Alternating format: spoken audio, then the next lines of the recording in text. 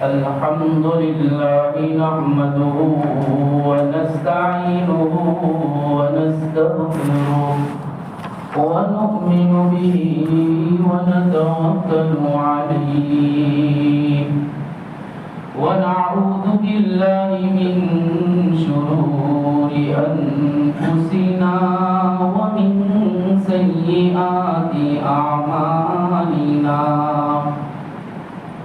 من يهده الله فلا مضل له ومن يضلله فلا هادي له ونشهد أن لا إله إلا الله وحده لا شريك له ونشهد أن سيدنا ونبينا ومولانا محمدا عبده ورسوله صلى الله تعالى عليه وعلى آله وأصحابه أجمعين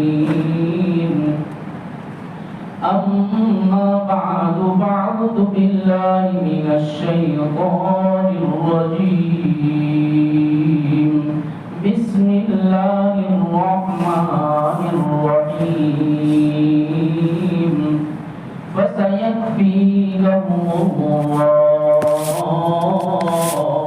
وهو السميع العليم صدق الله العظيم. معزز سامعین کرام،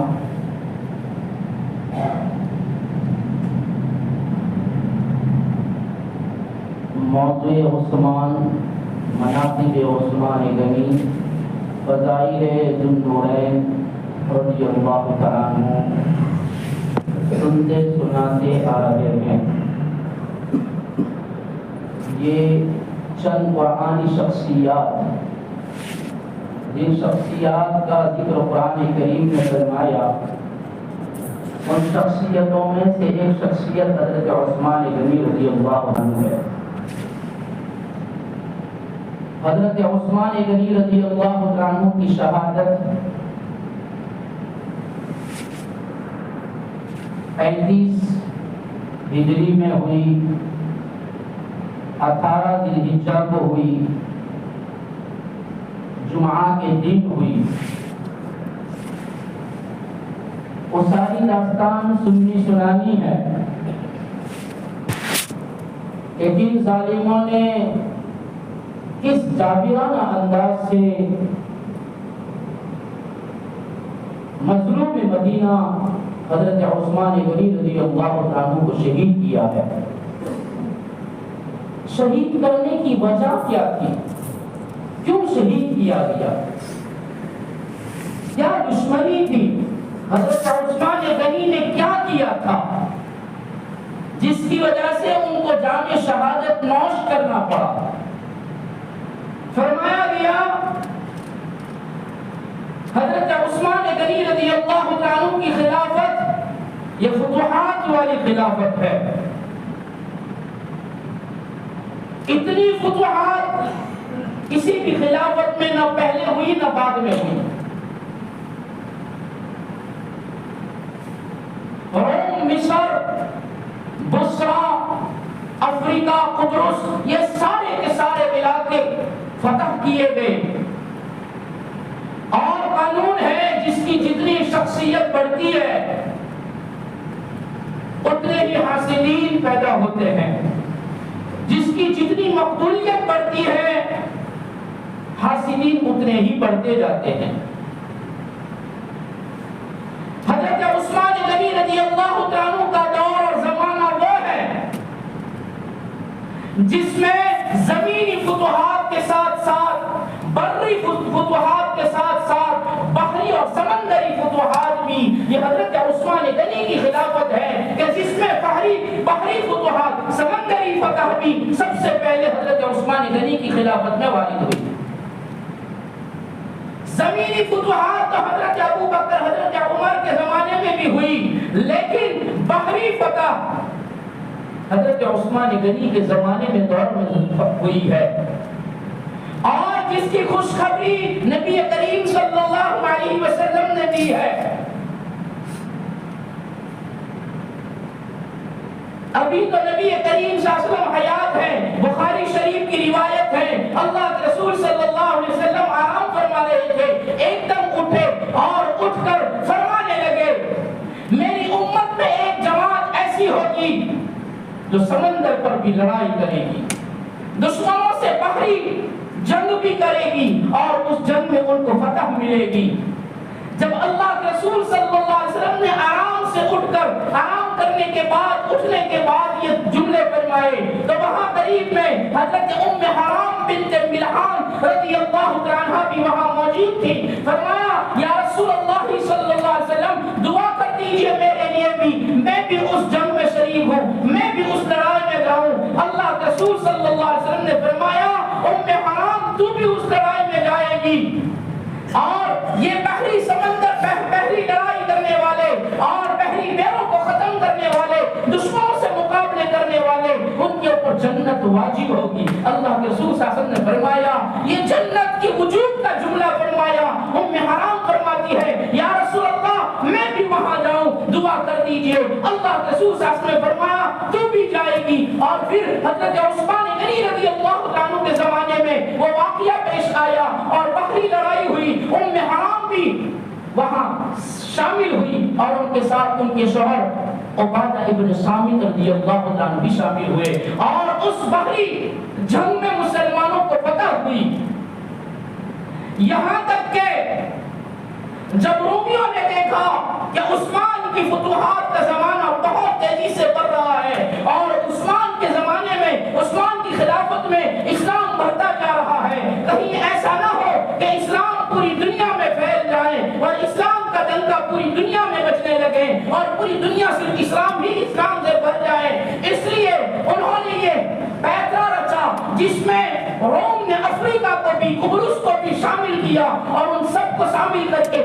سب سے پہلا 600 کشتیوں کے ساتھ دشمنوں کی 600 کشتیاں اور بحری بیڑا بنایا گیا، اس میں 600 کشتیاں تیار کی گئی، اور 600 کشتیوں میں لڑویوں کو اور لڑاکو لوگوں کو لشکر کو انہوں نے تیار کیا۔ حضرت عثمان غنی کو خبر دی گئی، مدینہ المنورہ میں خلیفۃ المسلمین ہے خلیفہ ثالث حضرت عثمان بن عفان رضی اللہ عنہ کو خبر دی گئی، دشمنوں نے رومیوں نے 600 کشتیاں تیار کی ہے اور اس میں لشکر تیار کیا گیا ہے مسلمانوں کو نابید کرنے کے لیے، مسلمانوں کو سفید ہستی سے مٹانے کے لیے، مسلمانوں سے جنگ کرنے کے لیے۔ حضرت عثمان غنی نے فرمایا مسلمانوں سے اب تک تو ہم زمینی لڑائی لڑتے رہے اور زمینی لڑائی میں اللہ ہمیں فتح دیتا رہا، ہماری طاقت قوت اسلحہ نہیں ہے، ہماری طاقت اور قوت مال و اسباب نہیں ہے، ہماری طاقت اور قوت دنیا نہیں ہے، ہماری طاقت ہماری قوت اللہ پر اعتماد ہے،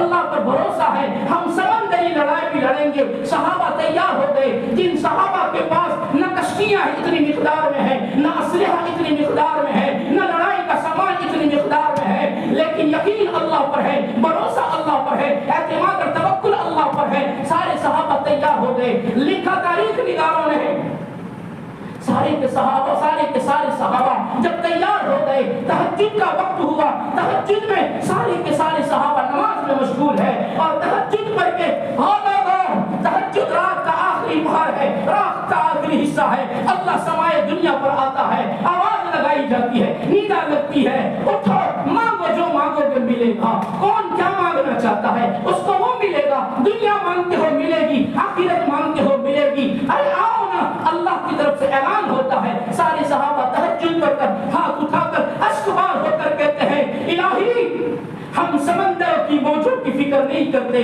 ہم دشمن کی بحری بیڑوں کی فکر نہیں کرتے، ہم سمندر میں بہنے والی ان دشمنوں کی 600 کشتیوں کی ہمیں کوئی پرواہ نہیں ہے، بس ہم تجھ سے التجا کرتے ہیں، ہم بے سر و سامان ہیں، ہمارے پاس اتنی کشتیاں نہیں ہیں کہ سمندر کی موجوں کو پھاڑ ڈالیں، ہمارے پاس اتنی تیاریاں نہیں ہیں کہ ہم دشمنوں کا مقابلہ کر سکیں۔ ہم نے جب بھی لڑائی لڑی ہے، ہم نے جب بھی اقدام کیا ہے، ہم نے جب بھی دشمنوں کے سامنے کھڑے ہوئے ہیں، ہم نے دل پر بھروسہ کر کے کیا ہے اور تجھی پر یقین کر کے کیا ہے۔ الہی آج بھی ہمیں فتح دے دیں، صبح کا سویرا ہو، سمندر میں کشتیاں دوڑائی جائیں، دشمن کی کشتیاں آئیں اور آمنا سامنا ہو جائیں، مدبھر ہو جائیں، الہی تو ہمیں آج کامیاب کر دے۔ اس لیے کہ سمندری لڑائی ہم پہلی مرتبہ لڑ رہے ہیں۔ رات کی سناٹے میں، آنسو کے بوچھار میں رب کو راضی کیا، رب کی مدد شامل حال کی۔ صبح کے سویرے میں سمندر میں کشتیاں دوڑائی گئی۔ کیا عجیب داستان ہے، جب سمندر میں آمنا سامنا ہوا، ایک چند مسلمان چند کشتیوں پر سوار ہونے والا یہ اسلامی لشکر دشمن کے لشکر کو مار رہا ہے اور ان کو قتل کر رہا ہے، سمندر میں پھینک رہا ہے۔ جس کو قتل کرتے سمندر میں پھینک دے، یہاں تک کہ سمندر کا پانی لال اور سرخ ہو گیا۔ دشمنوں کی لاشیں بہتی ہوئی سمندر کے کنارے پر آئی اور سمندر کے کنارے پر آ کر لاشوں کا ڈھیر لگ گیا۔ صحابہ سمندر سے نیچے اترے، کنارے پر آئے، دو رکعت شکرانے کا ادا کیا اور دو رکعت شکرانہ ادا کر کے کہتے ہیں الہی جب بھی کیا ہے تجھ سے ہم نے وعدہ اور جب بھی تجھ سے ہم نے التجا کی ہے تو نے ہماری سنی ہے، آج تو نے ہمیں کامیاب کر دیا۔ رومی لشکر میں تہلکہ مچ گیا، 600 کشتیوں کو بھی پار لگنے سے پہلے ہی ان کی لاشوں کو پار لگا دیا۔ حضرت عثمان غنی کو خط لکھا اور خط لکھ کر فرمایا گیا اللہ نے ہمیں سمندر کی فتح بھی عطا فرما دی۔ حضرت عثمان غنی رضی اللہ عنہ کے پاس خط پہنچا اور خط پہنچنے کے بعد عثمان غنی نے پڑھا، خوش ہو گئے۔ ادھر دشمنوں نے بڑھتی ہوئی اور بہتی ہوئی مقبولیت کو، بہتی ہوئی محبوبیت کو، بڑھتی ہوئی اسلام کو دیکھا تو انہوں نے حسد کے اندر عبداللہ بن سبا یہودی تھا،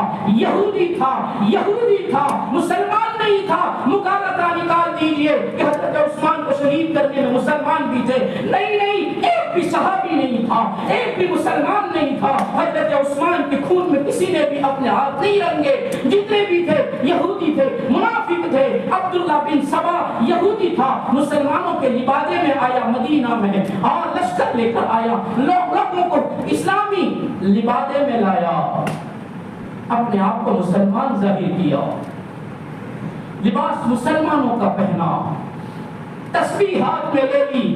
ہر کسی کو تسبیح لے کر یہ نہ سمجھو کہ یہ بہت بڑا اللہ والا ہے، تسبیح بھی دھوکہ دے دیتی ہے، تسبیح ہاتھ میں ہے، مسلمان کا لبادہ ہے اور صحابہ کو بھڑکانے کی کوشش کرتا ہے، لیکن صحابہ تو وہ صحابہ ہے جنہوں نے فیض نبی پائی ہے، جنہوں نے صحبت رسول پائی ہے، ایسے دھوکے میں نہیں آتے۔ جب محمد بن ابی بکر کو خلیفہ بنانے کی پیشکش کی گئی اور کہا کہ عبداللہ بن صخر رضی اللہ عنہ جو گورنر ہے مصر کے، وہ برابر کام نہیں کرتے، محمد بن ابو بکر کو خلیفہ بنانے کی پیشکش کی۔ حضرت علی رضی اللہ عنہ، صحابہ دوسرے بیٹھے ہیں، دوسرے صحابہ حج میں گئے ہیں، چند گنے چنے مخصوص صحابہ مدینہ میں ہیں جن کی تعداد بھی سنائی گئی تھی۔ بہرحال حضرت عثمان غنی رضی اللہ عنہ کو دھوکہ دینے کے لیے انہوں نے غلط خط لکھا اور غلط خط پر ایک غلام کو بے وفا بنا کر، عہد شکنی کرنے والا بنا کر، غدار بنا کر حضرت عثمان کی مہر بھی چرائی گئی۔ حضرت عثمان کا گھوڑا ذاتی گھوڑا تھا، وہ بھی چرایا گیا اور اس کے اوپر حضرت عثمان غنی رضی اللہ عنہ کے نام کا خط لکھا اور کہا مصر کے حاکم کو پتہ چلے، گورنر کو پتہ چلے کہ آنے والا محمد بن ابو بکر کا بیٹا ہے، خلیفۃ المسلمین کا بیٹا ہے، خلیفہ اول کا بیٹا ہے، اس کو جب تیرے پاس آئے قتل کر دیا جائے اور آپ اپنی کرسی پر باقی رہیں، اپنے اقتدار پر باقی رہیں۔ یہ غلط خط جب پہنچانے کے لیے جا رہے تھے، پکڑا گیا، لایا گیا، حضرت علی کے پاس محمد بن ابی بکر گئے اور محمد بن ابو بکر جا کر کہتے ہیں حضرت علی سے، دیکھو عثمان نے ہمارے ساتھ دھوکہ کیا، دیکھو خلیفۃ المسلمین نے دھوکہ کیا۔ ارے وہ عثمان کبھی دھوکہ نہیں کر سکتا جس کے ہاتھ کو نبی نے اپنا ہاتھ کہا ہو، اپنے ہاتھ کو جس نے عثمان کا ہاتھ کہا ہو، وہ کبھی خائن نہیں ہو سکتا ہے، وہ دھوکے باز نہیں ہو سکتا ہے۔ حضرت علی محمد بن ابو بکر سے کہہ رہے ہیں صبر کرو، میں تفتیش کرتا ہوں، میں تحقیق کرتا ہوں۔ حضرت عثمان غنی رضی اللہ عنہ کے پاس حضرت علی پہنچتے ہیں اور حضرت علی نے جا کر کہا حضرت عثمان سے یہ خط ہے یہ مہر آپ کی ہے؟ کہا یہ مہر یہ سکہ ہمارا ہے. یہ گھوڑا آپ کا ہے؟ یہ گھوڑا بھی ہمارا ہے. یہ غلام آپ کا ہے؟ ہمارا ہے. تو پھر یہ خط پڑھیے. خط پڑھا تو حضرت عثمان نے قسم کھائی اور قسم کھا کر کہا لوگوں جب اپنی بات کی تصدیق کرانا ہو تو قسم کھانے کی اجازت ہے. حضرت عثمان نے قسم کھا کر فرمایا اللہ کی قسم کھا کر کہتا ہوں کرامن کاتبین بھی نہیں جانتے, میرے فرشتے بھی نہیں جانتے کہ میں نے یہ خط لکھا ہے. مجھ پر الزام ہے یہ جھوٹا خط ہے. ہاں مہر ہماری ہے, گھوڑا ہمارا ہے, غلام ہمارا ہے, لیکن اس کے اوپر لکھی جانے والی یہ قلم ہماری نہیں ہے. یہ لکھنے والے جو حروف ہے, یہ رائٹنگ ہے, یہ ہماری نہیں ہے, ہم نے نہیں لکھا ہے. صحابہ حضرت عثمان کو 12 سال سے دیکھ کر آ رہے تھے. حضرت علی سمجھ گئے کہ نہیں ہوگا, عثمان ایسا نہیں کر سکتے, دعوت رسول ایسا نہیں کر سکتے. واپس ہو گئے. محمد بن ابو بکر کو سمجھایا. ادھر ان بلوائیوں نے, ان سبائیوں نے مدینہ میں جلوس کرنا شروع کر دیا اور مسلمانوں میں تفرقہ ڈالنا شروع کیا, اس لیے کہ چند گینے چنے صحابہ ہے. اب مدینہ میں کوہرام مچنے لگا. حضرت عثمان کے خلاف آوازیں اٹھنے لگی. حضرت عثمان غنی رضی اللہ عنہ کے پاس جا کر صحابہ فرما رہے ہیں, حضرت علی بھی ہیں, حضرت ابو طلحہ انصاری بھی ہے, حضرت عبداللہ ابن زبیر بھی ہے, حضرت عبداللہ ابن عباس بھی ہے, یہ حضرت ابو ہریرہ بھی ہے, حضرت معاویہ بھی ہے, اور یہ سارے جا کر میٹنگ قائم ہوئی اور میٹنگ کے اندر یہ کبار صحابہ بیٹھے ہیں. حضرت عثمان سے فرمایا جا رہا ہے عثمان آپ پر یہ سارے الزامات ہیں, ہمیں اجازت دے دیجیے نا. 3 آراء آئی, 3 رائے آئی, 3 رائے. ان 3 رائے میں سے ایک حضرت عثمان سے کہا ایک پسند کر لو. ایک رائے یہ ہے, حضرت معاویہ فرما رہے ہیں ہم ملک شام کے گورنر ہیں, آپ ملک شام آ جائیے. حضرت عثمان سے کہا آپ مدینہ چھوڑ کر ملک شام آ جائیے. حضرت ابو ہریرہ رضی اللہ عنہ فرمانے لگے امیر المؤمنین آپ یہ چھوڑ کر مدینہ چھوڑ کر مکہ چلے جائیے, مکہ آ جائیے. چند صحابہ نے فرمایا, علی فرمانے لگے دعوت رسول ہم زلف عثمان, ہم عثمان کے شاروخ کہنے لگے. حضرت علی کہنے لگے عثمان اجازت ہے جو نا, ان دشمنوں سے ہم مقابلہ کریں گے. ہم نے 313,000 کا مقابلہ کیا ہے. ہم ہر زمانے میں لشکر کو دیکھ کر نہیں کیا ہے, ہم نے اللہ پر بھروسہ کر کے کیا ہے. یہ 4,000 ہے تو کیا ہوا, ہم 16-17 ہے تو کیا ہوا, اجازت دے دیجئے ہم ان کو مدینہ سے بھگا دیں گے. حضرت عثمان نے تینوں رائے سننے کے بعد کہا آنکھوں میں آنسو ہے, اور عثمان غنی نے فرمایا اور میرے ساتھیوں میں ملک شام نہیں جا سکتا, میں نبی کا پڑوس چھوڑنا نہیں چاہتا, میں نبی کا پڑوس چھوڑنا نہیں چاہتا, مروں گا تو یہی مدینہ میں مروں گا, اس لیے ملک شام نہیں جا سکتا. ابو ہریرہ آپ کہتے ہو مکہ چلے جاؤ, یہ بے ادب جب دیار نبی کا احترام نہیں کرتے, اگر میں مکہ چلا جاؤں گا تو وہ حرم محترم کا بھی احترام نہ کریں گے. یہ بے وفا لوگ, یہ غدار لوگ مدینہ سے مکہ جاؤں گا تو مکہ میں آ کر بھی مکہ اور کعبۃ اللہ کی بے حرمتی کریں گے, اس لیے میں مکہ بھی جانا نہیں چاہتا. اور علی یہ کہتے ہو کہ ہمیں اجازت دے دو. سنو, عثمان کی وجہ سے زمین کے اوپر مدینہ کے اندر ایک خون کا قطرہ بھی نہیں گرے گا, عثمان کے لیے نہیں گرے گا. کیوں؟ اس لیے کہ اٹھا لیجیے سنن ترمذی کو, حضرت عثمان غنی فرماتے ہیں اللہ کے رسول صلی اللہ علیہ وسلم نے ایک مرتبہ حضرت عثمان غنی اپنے چہرے پر کپڑا ڈال کر جا رہے تھے, اور اللہ کے رسول صلی اللہ علیہ وسلم دنیا میں اٹھنے والے فتنوں کا تذکرہ کر رہے تھے, اور تذکرہ کرتے کرتے فرمایا جب فتنے اٹھیں گے یہ جانے والا آدمی فتنوں پر صبر کرے گا, یہ جانے والا آدمی فتنوں پر اس کو بھی حق پر ہوگا, حق پر ہوگا پھر بھی فتنوں میں ڈالا جائے گا, حق پر ہوگا پھر بھی فتنے میں ڈالا جائے گا. سراوی کہتے ہیں میں دوڑتا ہوا گیا, وہ جا رہے تھے, میں نے دیکھا کپڑا اٹھا کر دیکھا تو وہ جانے والے حضرت عثمان غنی تھے. حضرت عثمان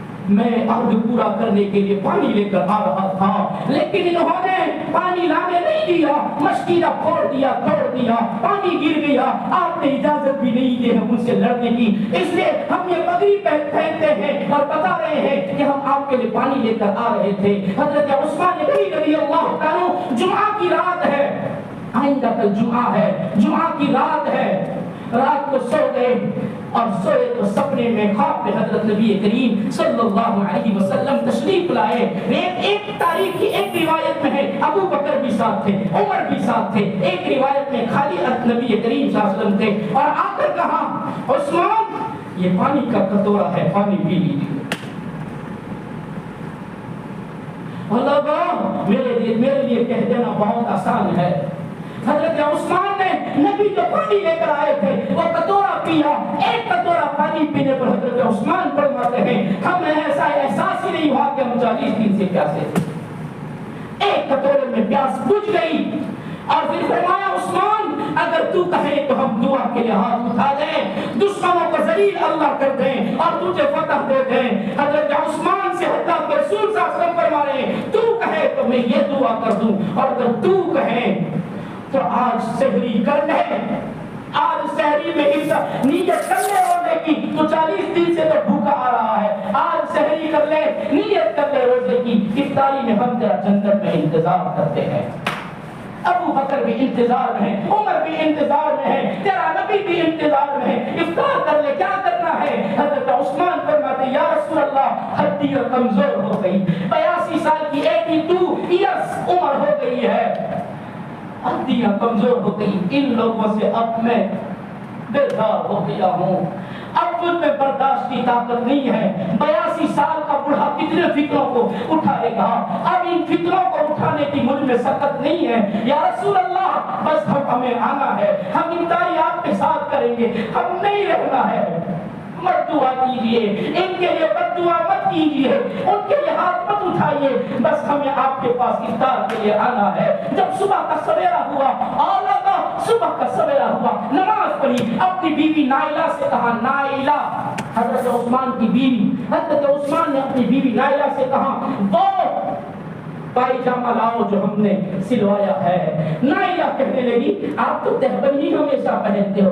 آپ تو ہمیشہ لنگی پہنتے ہو، زندگی میں کبھی آپ نے تو پائجامہ نہیں پہنا، آج پائجامہ کیوں مانگتے ہیں؟ عثمان کہنے لگے آج کے دن کے لیے ہم نے یہ سلوایا تھا، کیوں؟ اس لیے کہ نائلہ آج عثمان شہید ہوگا، آج ظالم عثمان کا خون بہائیں گے، جب عثمان تڑپے گا تہبند پہنی ہے، ہو سکتا ہے تڑپنے میں سطر نظر آ جائے، جس عثمان سے فرشتے حیا کرتے ہیں یہ مرعون لوگ، یہ بھاگی لوگ عثمان سے حیا نہیں کریں گے، اس لیے پائجامہ پہنا دے تاکہ تڑپوں تو میرا سطر کسی کو نظر نہ آئے۔ کیا منظر ہوگا؟ نائلہ نے پائجامہ دے دیا، حضرت عثمان نے وہ پہن لیا، غنیمت کی جتنی چیزیں سی نائلہ کو بتا دیا یہ غنیمت کی چیزیں ہیں، اور پھر قرآن کھول کر بیٹھ گئے، جمعہ کا دن تھا، 18 ذی الحجہ کی تاریخ تھی، اور حضرت عثمان قرآن کھول کر شروع کیا، سورہ فاتحہ سے شروع کیا، پڑھتے پڑھتے آخری صفحے پر آئے، میرے پاس 2 منٹ ہے، جلدی جلدی کہہ دیتا ہوں، جب آخری صفحے پر آئے اور بلوائیوں میں سے 5 آدمی اندر گھسے، 5 آدمی، جس میں سے ایک نے داخل ہو کر حضرت عثمان غنی کی داڑھی پکڑ کر کھینچا، 82 سال کے بوڑھے کی سفید ریش کو پکڑ کر کھینچا، حضرت عثمان نے اپنی کمزور آنکھوں سے اس کی طرف دیکھا اور اس کو دیکھ کر آنسو بہا، لکھا کہ جیسے حضرت عثمان نے اس کی آنکھوں کی طرف دیکھا اللہ نے اس آدمی کے ہاتھ کو شل کر دیا اور لکڑی کی طرح اس کا ہاتھ کڑک ہو گیا، اس کے ہاتھ کی حرکتیں نسیں ہی بند ہو گئی۔ علماء کسی کو ستانا اچھی بات نہیں ہے، اور کسی اہل علم کو ستانا اچھی بات نہیں ہے، وارثین نبی کو ستانا اچھی بات نہیں ہے، اللہ انتقام لیتا ہے۔ حضرت عثمان غنی رضی اللہ عنہ پر دوسرے نے، جس کے پاس ایک سلاخ کی سریا تھا، سریا، اس نے وہ سلاخ حضرت عثمان غنی کی پیشانی پر مارا، سر پر مارا، اور ایسے زور سے مارا کہ خون کا پھوارا نکلا، اور خون کا پھوارا قرآن کے اوپر گرا، وہ خون کے قطرے قرآن پر گرے، اسی آیت پر گرے جس آیت پر پہنچے تھے فَسَيَكْفِيكَهُمُ اللَّهُ، اور عثمان ان کے لیے تیرا رب کافی ہے، انتقام لینے کے لیے تو نے تو کہہ دیا انتقام نہ لینا، کوئی بدلہ نہ لینا، لیکن تیرا رب ان سے بدلہ لے گا، فَسَيَكْفِيكَهُمُ اللَّهُ وَهُوَ السَّمِيعُ الْعَلِيمُ، وہ ان کی باتوں کو بھی سنتا ہے، ان کی خفیہ تدبیروں کو بھی سنتا ہے، تیرے خلاف جو سازشیں کرتے ہیں ان کو جاننے والا بھی ہے، وَهُوَ السَّمِيعُ الْعَلِيمُ۔ دوسرے نے یہ کیا، تیسرے نے اس کے ہاتھ میں تلوار تھی، اس نے تلوار سے جب وار کیا، حضرت نائلہ دوڑی ہوئی آئی، تلوار کو پکڑ لیا، حضرت نائلہ کی 3 انگلیاں کٹ گئی۔ اپنے شوہر کو بچانے کے لیے جب اس نے تلوار پکڑی، 3 انگلیاں کٹ گئی، اور اس نے تماچا حضرت نائلہ کو مارا، زمین پر گری۔ حضرت عثمان 82 سال کے ایک دم بول پڑے، جس نے کبھی بد دعا نہ دی آج بول پڑے اور کہا تیری دشمنی مجھ سے ہے، اور لئین تو اس کو مارتا ہے، اللہ تیرے ہاتھ پاؤں کو توڑ دے۔ لکھا کہ ملک شام کی جامع مسجد میں نماز کے بعد لوگوں نے دیکھا کہ جس نے حضرت عثمان کی بیوی کو تماچا مارا تھا، دیکھا اس کے دونوں ہاتھ پاؤں کٹے ہوئے ہیں، اس کی زبان باہر نکلی ہوئی ہے اور وہ زمین کو چاٹ رہا ہے۔ لوگوں نے پوچھا اس کو کیا ہو گیا، تو وہ کہنے لگا میں عثمان کا قاتل ہوں، میں نے عثمان کی بیوی کے 3 انگلیاں کاٹی تھی، اس کے چہرے پر تماچا مارا تھا، عثمان نے جو بد دعا دی تھی میں نے دیکھ لیا، میرے شریر میں میرے بدن میں آگ جل رہی ہے، اب صرف جہنم کی آگ باقی ہے۔ اور تیسرے نے حضرت عثمان غنی رضی اللہ، چوتھے نے حضرت عثمان غنی رضی اللہ عنہ، جس قرآن کو پڑھ رہے تھے اس قرآن کو لات ماری۔ مولانا نور حسن شاہی بخاری رحمت اللہ علیہ لکھتے ہیں جب اس قرآن کو اس نے لات ماری، قرآن دور گیا، پھر واپس خود بخود قرآن واپس آیا۔ اس میں حکمت کیا تھی؟ تو حکمت لکھ کے وہ فرمایا اللہ یہ بتانا چاہتا تھا، قرآن خود بخود واپس آیا اور بتانا چاہتا تھا اللہ قرآن عثمان کے خون کو اپنے اندر جذب کر لے، اس لیے کہ قیامت میں تجھے عثمان کا گواہ بننا ہے، تو جو عثمان کی شہادت کی گواہی دینا ہے۔ قرآن واپس آیا اور حضرت عثمان کی خون کو جذب کیا۔ آج بھی وہ قرآن استنبول میں، آج بھی استنبول کی میوزیم کے اندر وہ قرآن آج بھی اسی خون کے ساتھ موجود ہے۔ بہرحال چوتھے نے یہ کیا، 1 منٹ میں بات پورا کر دیتا ہوں، 3 منٹ اوپر ہو گئی۔ 5ویں نے حضرت عثمان رضی اللہ عنہ کو زمین پر گرایا اور 9 بار سینے کے اوپر تلوار سے 9 بار کیے، اور حضرت عثمان تڑپ رہے تھے، خون بہ رہا تھا، نائلہ دیکھ رہی تھی، اور پھر اس نے 10ویں مرتبہ حضرت عثمان کے گلے پر ایسے چھری چلائی جیسے بکرے کو ذبح کیا جائے، اور حضرت عثمان کو شہید کر دیا گیا۔ پھر ان کی لاش کو دفن کرنے بھی نہیں دیتے تھے، 3 دن تک اٹھانے نہیں دی ہے۔ جب جنازہ اٹھا تو پتھر مار رہے تھے۔ جنت البقیع میں حضرت عثمان کو دفن کیا گیا، اور لوگوں عمرے میں جاتے ہو، حج میں جاتے ہو، جنت البقیع میں جاتے ہو، آنسو نہیں بہتے، آنسو نہیں کرتے، صرف تفریح کر کے نکل جاتے ہیں۔ دیکھو نا وہ مظلوم سویا ہوا ہے، عثمان کی شہادت کیسے دردناک انداز سے کی گئی۔ جب قبر اٹھا کر جنازہ لے گئے، جنازے کی نماز اب دو روایت، ایک روایت میں اب زبیر بن عوام نے پڑھائی اور ایک روایت میں ہے کہ زبیر ابن مطعم نے پڑھائی۔ یہ صحابی نے حضرت عثمان غنی رضی اللہ عنہ کی جنازے کی نماز پڑھائی اور شہید مظلوم کو جنت البقیع میں دفن کر دیا گیا رضی اللہ عنہ و عنہ۔ اللہ تبارک و تعالی یقین نصیب فرمائے۔